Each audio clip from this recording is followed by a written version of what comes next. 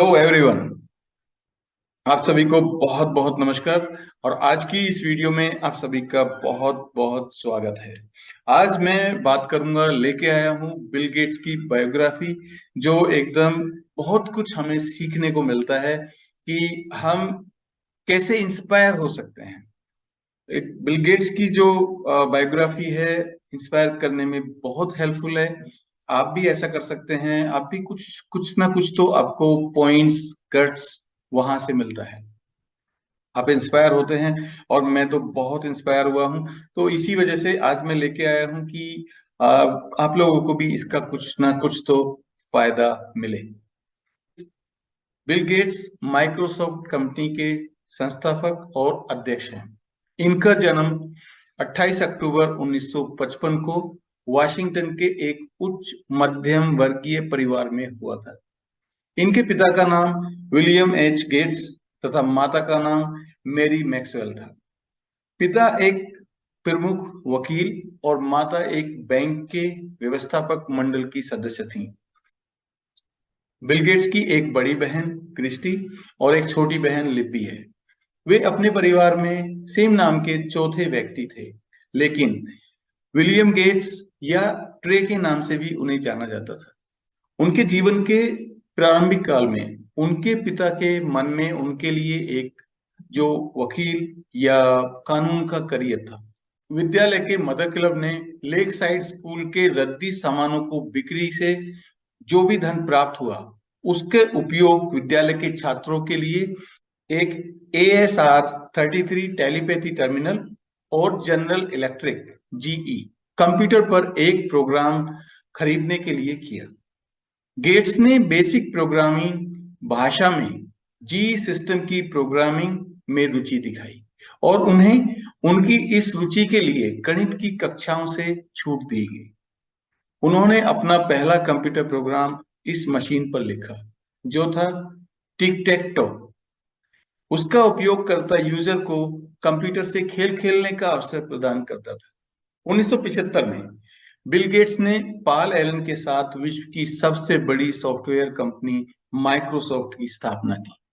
Bill Gates personal computer क्रांति के अग्रिम श्रेणी के उद्यमी, उनकी व्यापार रणनीतियों के लिए की जाती रही है। एकाधिकारवादी व्यापारिक रणनीति अपनाने की आलोचना कपिते न्यायालयों द्वारा भी की गई है।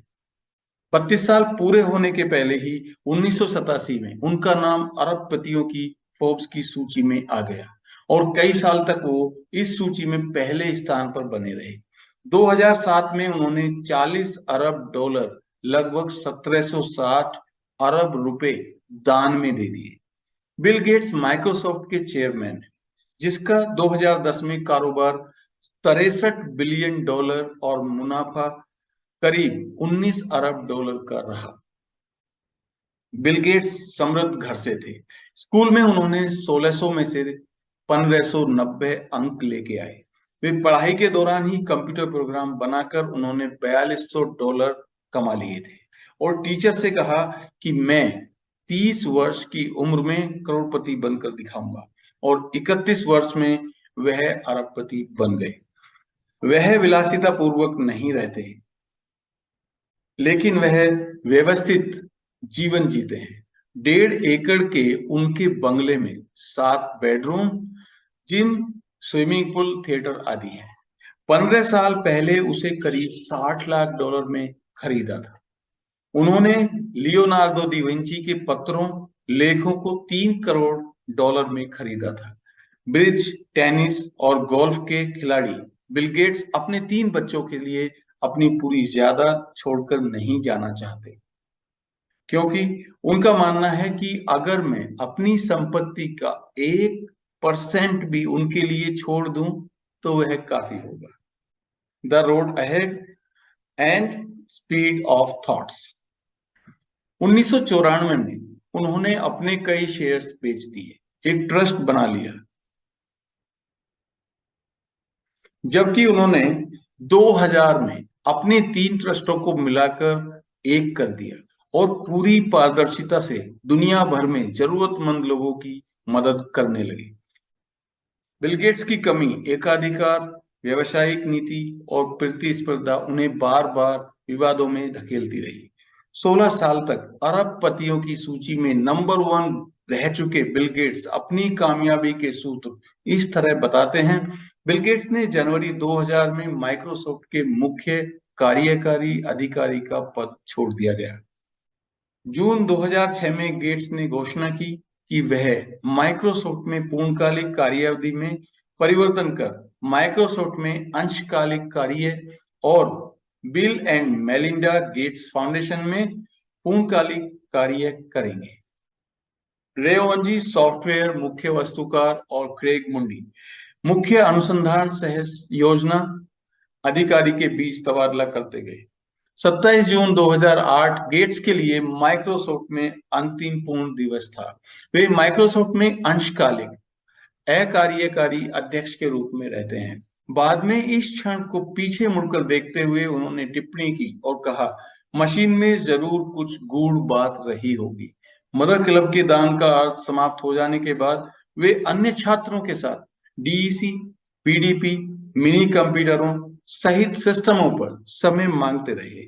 इनमें से एक system PDP 10 computer centre corporation CCC का था, जिसके द्वारा लॉकडाउन के 4 छात्रों गेट्स, पॉल एलन, रिक वाइलैंड और केंट एवंस पर पूरे गर्मी महीने के लिए प्रतिबंध लगा दिया गया, जब उन्हें ऑपरेटिंग सिस्टम में रहे खामियों का अपव्यवहार कर निःशुल्क कंप्यूटर में समय प्राप्त करते हुए पकड़ा गया था।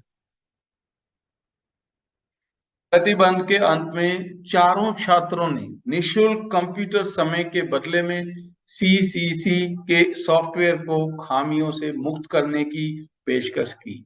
अगले वर्ष इंफॉर्मेशन साइंसेस आईएनसी लेक्साइड के 4 छात्रों को कंप्यूटर समय और रॉयल्टी उपलब्ध कराकर कोबोल पर एक पैरोल प्रोग्राम लिखने के लिए किराए पर रख लिया।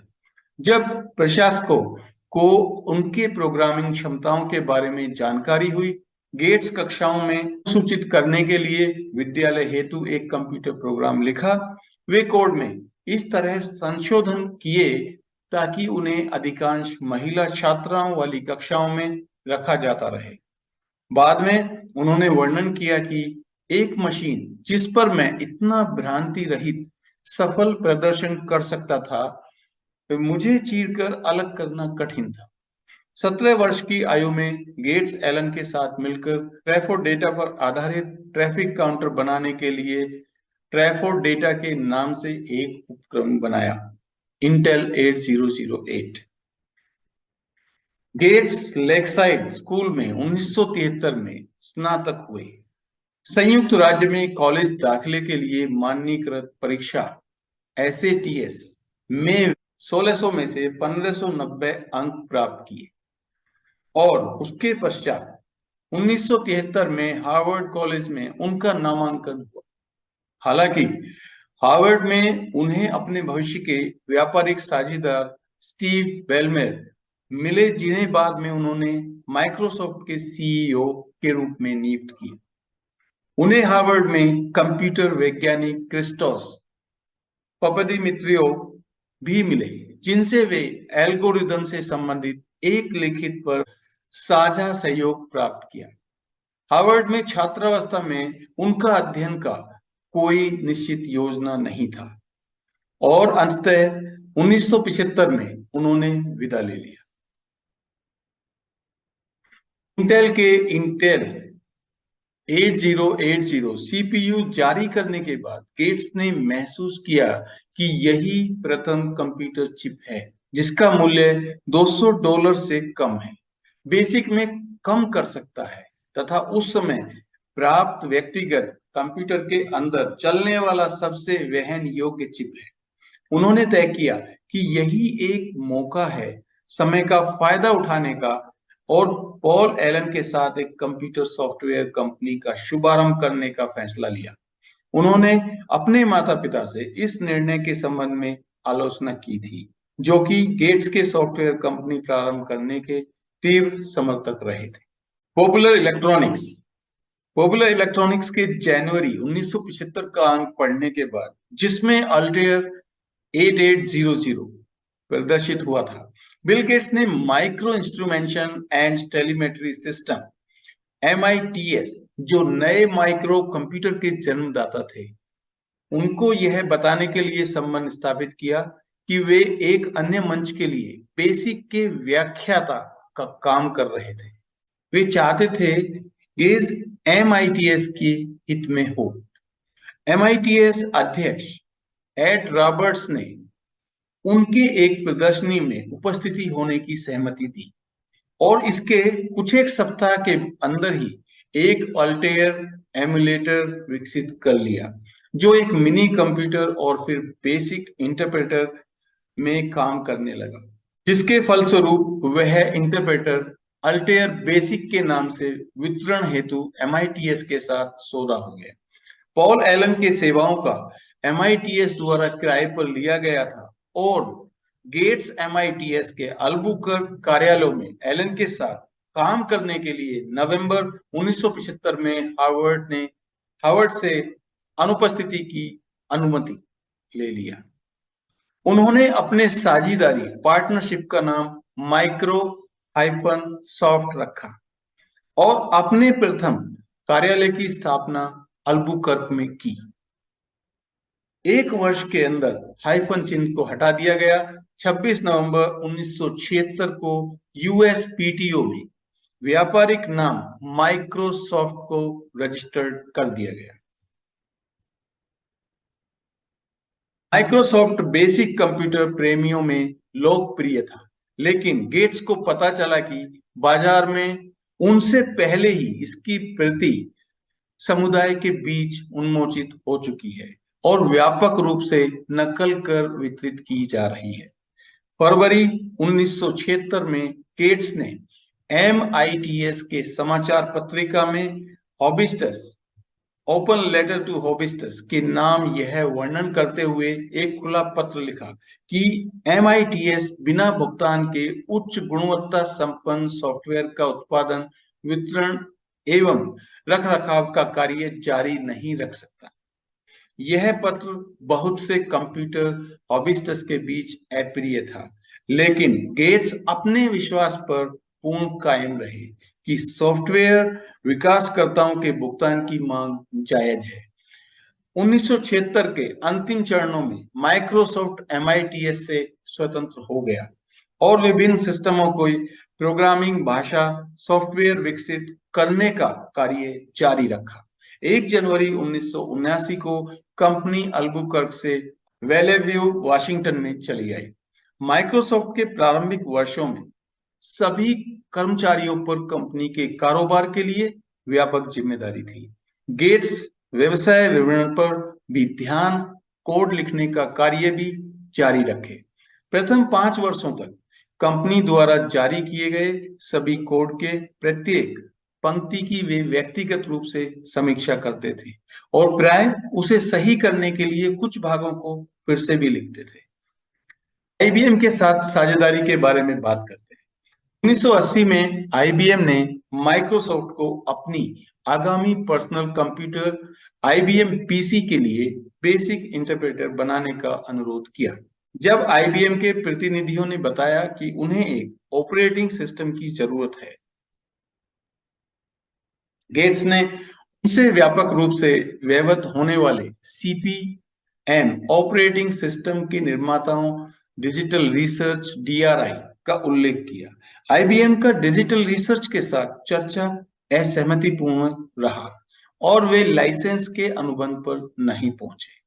IBM के प्रतिनिधि जैक सेंस तदोपरांत गेट्स के साथ एक बैठक के दौरान लाइसेंस देने की कठिनाइयों का उल्लेख किया और एक स्वीकार्य ऑपरेटिंग सिस्टम उपलब्ध कराने की पेशकश की। कुछ सप्ताह के बाद ही गेट्स ने CP/M के बराबर एक ऑपरेटिंग सिस्टम 86 DOS के उपयोग का प्रस्ताव रखा, जो सिएटल कंप्यूटर प्रोडक्ट्स के टिम पैटरसन ने PC से मिलते जुलते हार्डवेयर के लिए बनाया था। माइक्रोसॉफ्ट ने SCP के साथ एक समझौता किया, जिसके तहत पहले वह एकीकृत लाइसेंस एजेंट और बाद में 86 डॉस के पूर्ण अधिकारी बने। पीसी के लिए ऑपरेटिंग सिस्टम के अभियोजन के पश्चात माइक्रोसॉफ्ट ने इसे आईबीएम को $80,000 एक कालीन विनिमय शुल्क पर पीसी डॉस के रूप में उपलब्ध कराया। गेट्स ने आईबीएम से आग्रह किया कि माइक्रोसॉफ्ट ऑपरेटिंग सिस्टम पर अपना कॉपीराइट बनाए रखें, क्योंकि उनका मानना था कि अन्य हार्डवेयर विक्रेता आईबीएम के सिस्टम का नकल उठा लेंगे। उन्होंने ऐसा किया और एमएस डॉस की बिक्री ने माइक्रोसॉफ्ट को उद्योग में एक बड़ा खिलाड़ी बना दिया। 1975 को माइक्रोसॉफ्ट के संस्थापना से लेकर 2006 तक कंपनी की उत्पाद रणनीति गेट्स की प्राथमिक जिम्मेदारी थी। वे कंपनी के विभिन्न उत्पादों को अग्रसर रूप से प्रसारित किए और जहां कहीं भी माइक्रोसॉफ्ट प्रमुख स्थान हासिल कर रहा हो, उन्होंने इसकी पुरजोर बचाव की। कई महत्वपूर्ण फैसलों, जिसमें माइक्रोसॉफ्ट के व्यापार संबंधी बिजनेस प्रैक्टिसेस एंट्री टेस्ट के कानूनी दांवपेच में फंसे। अपने चाल चलने वाली बयान के दौरान उन्होंने कहा, क्या मैं बोइस के साथ घेरा बांध रहा हूं? मैंने दोषों पर बहस किए, बोइस के प्रति तीव्रतम कर्कश व्यवहार के लिए जो भी जुर्माना होना चाहिए मुझ पर लगाया जाए। न्यायाधीश ने राय दिया कि Microsoft Sherman anti trust act का उल्लंघन करते हुए एकाधिकार और बंदेज तथा प्रतियोगिता के अवरोध का उपयोग किया है। कार्यकारी अधिकारी के रूप में गेट्स नियमित रूप से माइक्रोसॉफ्ट के वरिष्ठ प्रबंधकों और कार्यक्रम प्रबंधकों से मिलते रहे। इन बैठकों के प्रथम दृष्टया हिसाब से यह प्रतीत होता है कि वह प्रबंधक को उनके व्यापार रणनीतियों तथा प्रस्तावों में दिखने वाले छेदों जैसे कंपनी के दीर्घकालिक हितों को दांव पर चढ़ा सकती है इसके लिए कम कर आंकने वाले मौखिक योद्धा रहे हैं। वे अक्सर परिस्थितियों पर अपनी टिप्पणियों जैसी ऐसी बेवकूफी भरी बातें मैंने शायद ही कभी सुनी हो, उनसे रोक लगाया करते थे। और क्यों नहीं, आप अपना विकल्प ऑप्शन छोड़कर शांति पीस कॉर्प्स में शामिल हो जाते और तब उनको दांव पर चढ़ाने वाले लक्ष्य को तब तक अपने प्रस्ताव का विशद रूप से बचाव करना होता जब तक आशा अनुरूप गेट्स पूरी तरह से आश्वस्त नहीं हो जाते। जब अधीनस्थ लोग काम बंद करते दिखते, उनका व्यंग्यात्मक टिप्पणी हुआ करता था, मैं इसे साप्ताहांत तक कर लूंगा। माइक्रोसॉफ्ट के इतिहास के अधिकतर भाग में गेट्स की भूमिका मुख्य रूप से एक प्रबंधन और मुख्य कार्यकारी अधिकारी की रही, जबकि प्रारंभिक वर्षों में वह एक सक्रिय सॉफ्टवेयर विकसित करने वाले थे। उनका खास ध्यान कंपनी के प्रोग्रामिंग भाषा उत्पादों में रहा। TRS-80 मॉडल 100 लाइन में काम करने के समय वह आधिकारिक तौर पर किसी विकास दल में नहीं थे, लेकिन काफी समय 1989 तक कोड लिखते रहे जो कंपनी के कामकाजों की भूमिका से बाहर निकल आएंगे ताकि परोपकारी कर्मों। गेट्स की शादी फ्रांसीसी मेलिंडा के साथ डलास टेक्सास में 1 जून 1994 को हुई। उनके 3 बच्चे हैं, Jennifer Katharine Gates, Rory John Gates and Phoebe Adele Gates. Bill Gates का घर लेक वाशिंगटन की ओर झांकती हुई एक पहाड़ी के पास धरती पर मेडिना वाशिंगटन में है। 21वीं सदी की एक भू आश्रित मकान है। 2006 में इस संपत्ति, जमीन और घर का सार्वजनिक मूल्यांकन $1250 लाख और वार्षिक संपत्ति पर $991,000 का कर। इसके अलावा गेट्स के निजी संग्रह में लियोनार्डो दा विंची द्वारा लिखे हुए लेटर जो गेट्स ने 1994 की एक नीलामी में $308 लाख में खरीदा था। गेट्स का एक गहरा अध्ययनकारी के रूप में भी माने जाते हैं। गेट्स एक गहरे अध्ययनकारी के रूप में भी माने जाते हैं जो बुक पढ़ने के बहुत शौकीन हैं। उनके घर की एक विशाल लाइब्रेरी है गेट्स फोर्ब्स 400 सूची में 1993 से लगातार 2007 तक विश्व के सबसे अमीर लोगों की वर्ल्ड्स रिचेस्ट पीपल सूची में 1995 से 2007 तक नंबर 1 पर रहे। संक्षेप में 1999 में गेट्स की संपत्ति 101 अरब डॉलर को पार कर दिया, जिससे खबरों में उनका नाम सेंटी बिलियनर में आ गया। 2000 से डॉट कॉम बबल के फटने से माइक्रोसॉफ्ट के शेयर की कीमत में गिरावट के बाद एक कई अरब डॉलर अपने संस्थानों में दान करने से उनके माइक्रोसॉफ्ट होल्डिंग के अंकित मूल्य में कमी आई। 2006 के एक इंटरव्यू में गेट्स ने टिप्पणी की कि उनकी यह कामना नहीं रही कि वे विश्व में सबसे धनी व्यक्ति बने, क्योंकि इस प्रकार नजरों पर चढ़ना उन्हें नापसंद है। उन्होंने 1989 में एक डिजिटल इमेजिंग कंपनी कॉर्बिस की स्थापना की। 2004 में वे अपने पुराने मित्र वॉरेन बफेट के नेतृत्व वाले एक निवेशक कंपनी बर्कशायर हैथवे में डायरेक्टर बने। गेट्स फाउंडेशन 2000 में गेट्स और उनकी पत्नी ने 3 पारिवारिक संस्थानों को संयुक्त कर bill and Melinda Gates foundation के नाम से एक संस्थान बनाया, जो कि विश्व में सबसे बड़ी पारदर्शी तरीके से संचालित चैरिटेबल फाउंडेशन है। प्रमुख चैरिटेबल ऑर्गेनाइजेशन जैसे वेलकम ट्रस्ट से भिन्न संस्थान उनके पृष्ठपोषकों को यह जानकारी प्राप्त करने की अनुमति देती है कि मुद्रा किस प्रकार खर्च किया जाता है।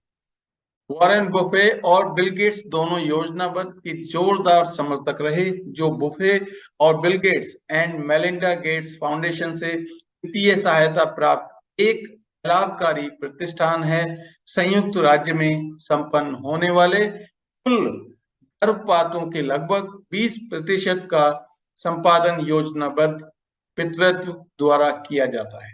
2007 में 336.7 लाख डॉलर से तथा अवशेष क्लिनिक के आय और बिल गेट्स जैसे धनी व्यक्तियों से दान के रूप में आते हैं।